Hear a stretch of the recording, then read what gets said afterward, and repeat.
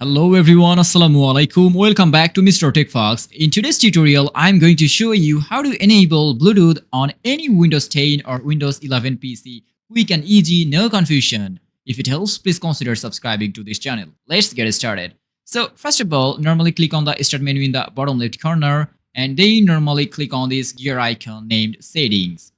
And here you will get an option Devices. Normally you will see Bluetooth, printers and mouse. Normally click on it. Now you will see the Bluetooth toggle. If it says off, just click to switch to turn it on. Here you can see that it already turned on. I'm going to click on it again to turn it off. So that's actually turned off. I'm clicking again to turn it on. And that's it. Now you know how to turn on Bluetooth on your Windows PC. But wait, what if you don't see the toggle button? That might mean YouTube is missing or disabled in your system. Just you have to enable it. Or you have to install Bluetooth driver on your Windows PC. I already have uploaded a video on that topic, how to install Bluetooth driver on your Windows PC. You can watch that video. So that's all about today's video. Now you know how to turn on Bluetooth on your Windows PC. Thanks for watching. Allah Hafiz.